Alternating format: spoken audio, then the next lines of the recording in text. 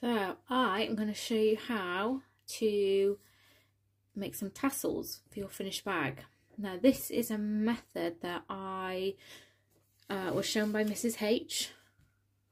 You know Mrs.H for her bag patterns on one of her sewing retreats.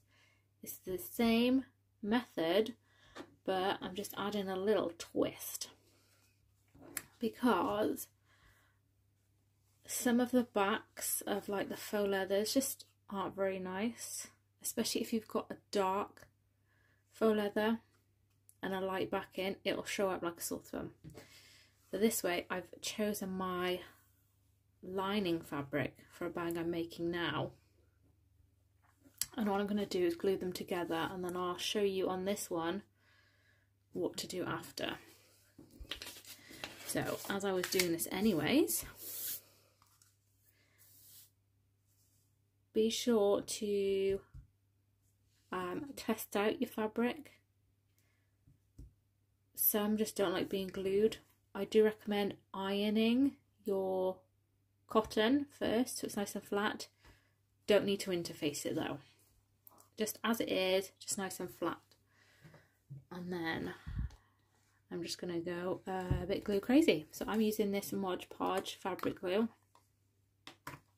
And I've got one of these little glue spreaders that I pinched off the kids.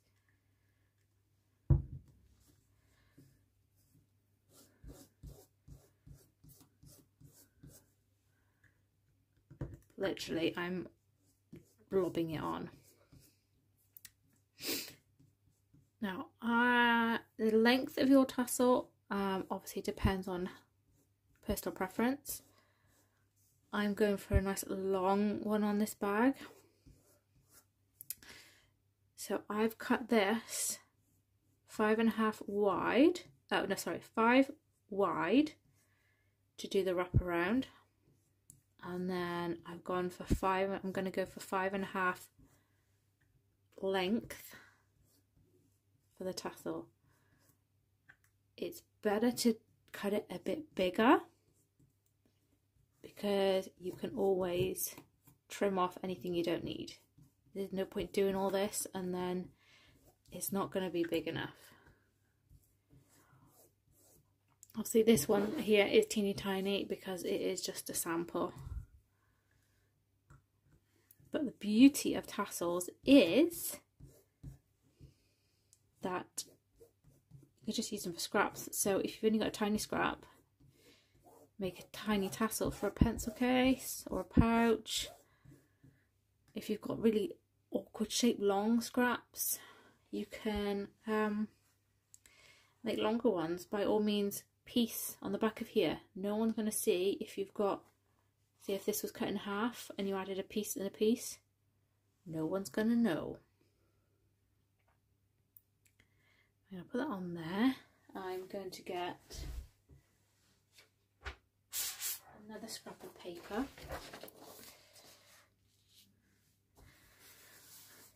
And I'm just smoothing out the glue a minute. I don't want any weird bubbles. I mean, you're not going to see it, let's be honest, but I don't want any weird bubbles. Now, this needs to set. If you've got somewhere you can put this under some heavy books, a catalogue, what I'm going to do is, I've got these yoga blocks that I use to prop up my machine when I'm top stitching. So I'm going to pop these on top, and then I'm going to put my rivet press on top of that, like a little squishy sandwich. I'm going to do that now. So because of the drying process, I would recommend, if you want to do this kind of tassel, to glue at the start before you make your bag, and then it might be ready for at the end, but just leave it as long as it needed. So there are a few different, so your tassels might look like that, and what you would do is, wherever my ruler's gone,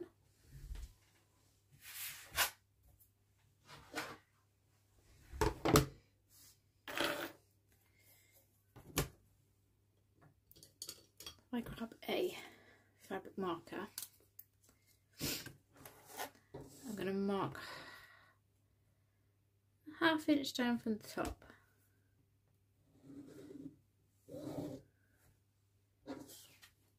When you're cutting your tassels, you don't want to go up past this line, okay? Otherwise it's just going to fall apart. If you are using one of these tassel caps, there's, I don't know what they're called, cut, you can draw it all out first, cut it with scissors, up to you,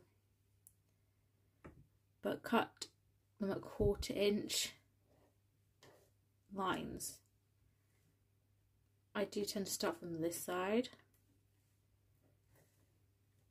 because then all the movement is on the way that you've cut. If you cut from this side, it's going to be awkward because this side's going to move out. Trust me, trust me.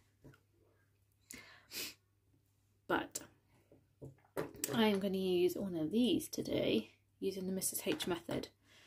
I've got this out now though because I wanted to show you my little trick.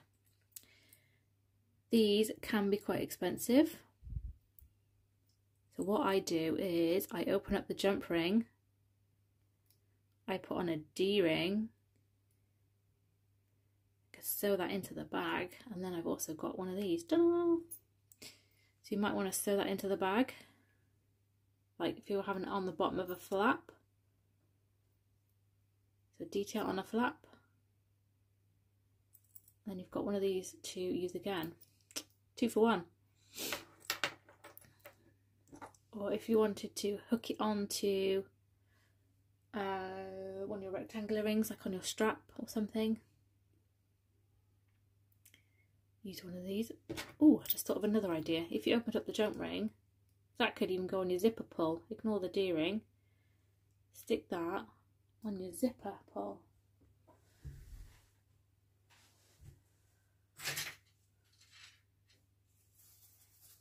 Ooh. In there. Nice. So many options, but I digress. Whatever size you're using dictates where your first line is going to be. So mine is a 1/2 inch. So my first line, I'm going to draw them on because there's a lot of lines, a lot of cuts to make using a rotary cutter on video.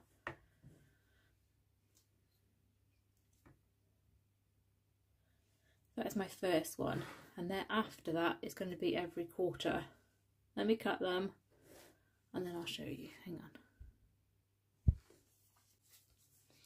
I'm back and I've got my fringe. I did apologise to Alice. Oh, and the bunny. Sorry guys. But I've got my 1/2 inch here because that is the size of my whatever I'm using for the tassel. Obviously if it was a 3/4 inch, you'd start, this would be a 3/4 inch wide and then 1/4 inch thereafter. So what you need to do is fold this up, your 1/2 inch one. I'm going to slide this on here. So when I fold it back down again, it's enclosed. That's all I've done. I'll show you that one more time. Fold it up,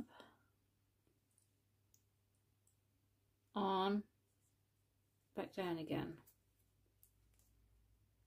Okay. Then what you're going to do is start twirling it.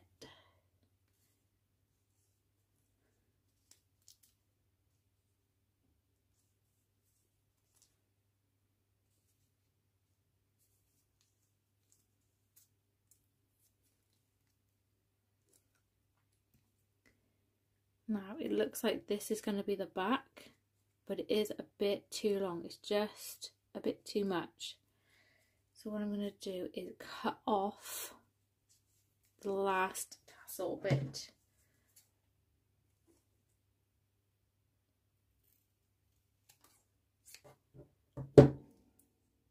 I want enough that it's going to be in the rivet when I put the rivet through, but I don't want it to be sticking at the side. By all means, go back, now you know what the size is, and glue it. Leave it to set, or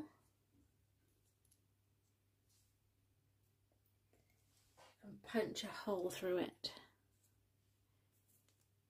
But there you go, when you've got your tassel, you'll have a pretty lining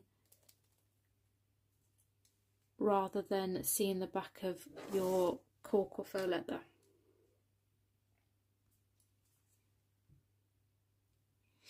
I haven't tried it, but I'm guessing you could do this with many fabrics. I mean, it's worth a shot, worth a go. If it's just scraps, a linen, I haven't tried linen, but if it's glued enough, shouldn't fray.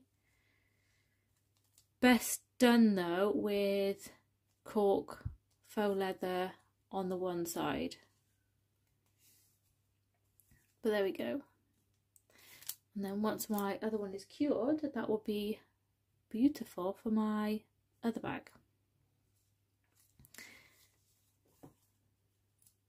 But while I'm just got this here, all you do for the cap one is you would just roll it as tightly as you can.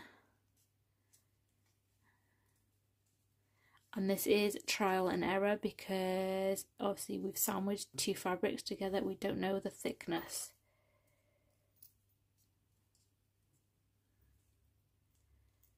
That is a little bit big. So what I would do is I would cut off one tassel, try it again, and keep going until it fit nice and snugly in there. I tend to squeeze a bit of glue in, put this in, and then you can use an awl to pilot a hole for the screw. Some come with screws, I don't know if all do, but that's how you would do the cap one. Either way are both really good, but I do tend to buy these ones because of the fact that it's got the flat bottom. But there are so many different ways of doing it. You could do it without the cap and do our turning method on one of these, on a D-ring. It works so many different ways.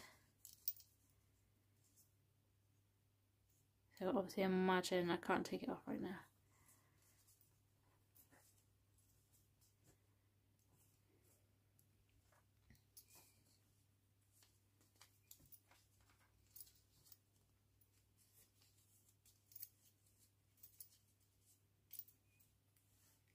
And then that bit would be maybe on a flap, if you had it sewn into a flap.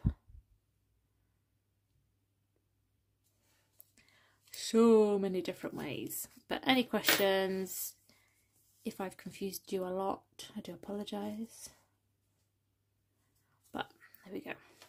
So this is what I use. Make sure it's cured before you cut though. Make sure it's set. There you go. Ta-da! So I've left this one. I actually left it to set overnight. Probably because of the amount of glue I used, let's be honest. I did blob it on. But I've got this beautiful fringe.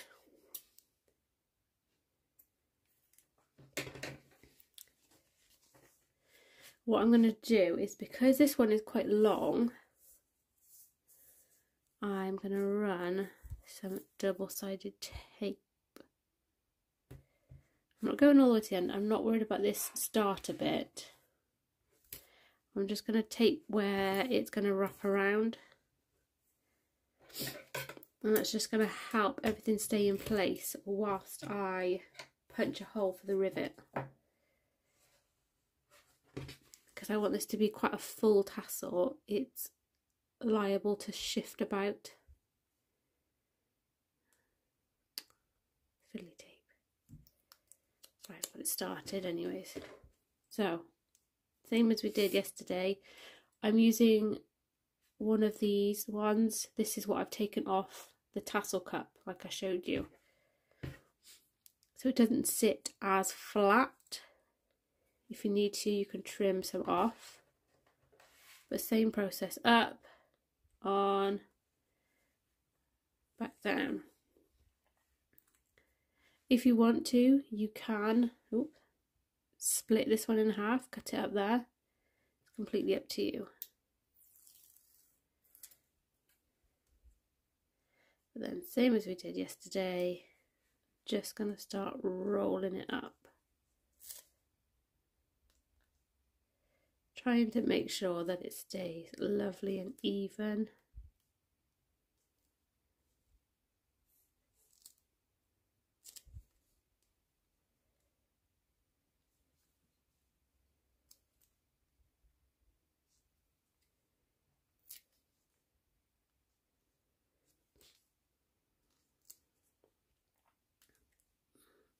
And actually that one has ended up the perfect size. But you can see I've got this lovely gold backing instead of it being a plain. What I'm actually going to do is just this starter one. I'm just going to cut it off. Rather than have the two little short bits, just snip that off there. Sometimes, like that, they're still joined. Just go through and tidy up any frays. And then all we need to do is add a rivet. It will sit nicely with these round ones, it just needs to figure itself out. So all I'm going to do is, I'm going to do this by eye. This half-inch bit that we measured down at the top, you want to go sort of in the middle, so 1/4 inch down and then in the centre. So roughly about there.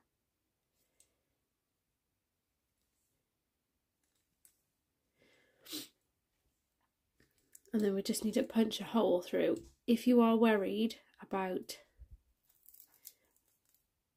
where it's going to be and you haven't taped it, you could punch through the one bit, draw through, unravel it, punch through the next bit. There are many ways of doing it. And then all we need to do is punch through here. I've got a lot of layers to work through today.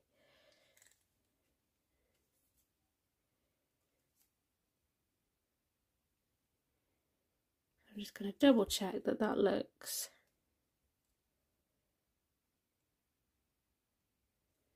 centered.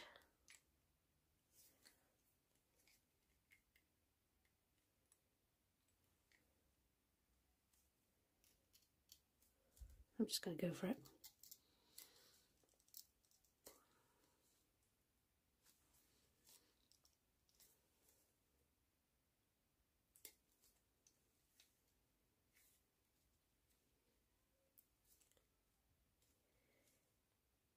Oh, my double-sided tape stuck on there. There we go.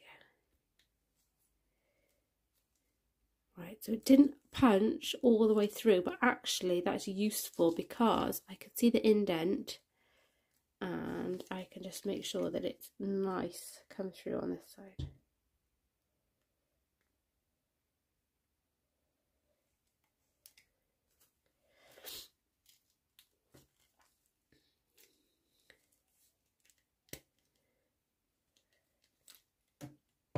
There you go. You might find, especially if you've gone way out and gone real thick on these, that, where are my rivets gone? They were hiding. You might find I've only got medium and small here.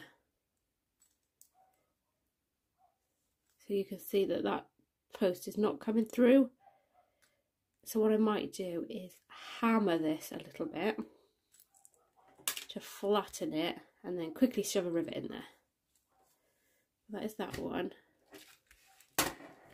And then I did the one yesterday. I say yesterday, see, it's in the same video to you, but if you find you've got these little bits of thread sticking up, just go ahead and trim them off. There's two. Let me just hammer that and then it'll be on nice for the finish. There we go. It's nice and centered.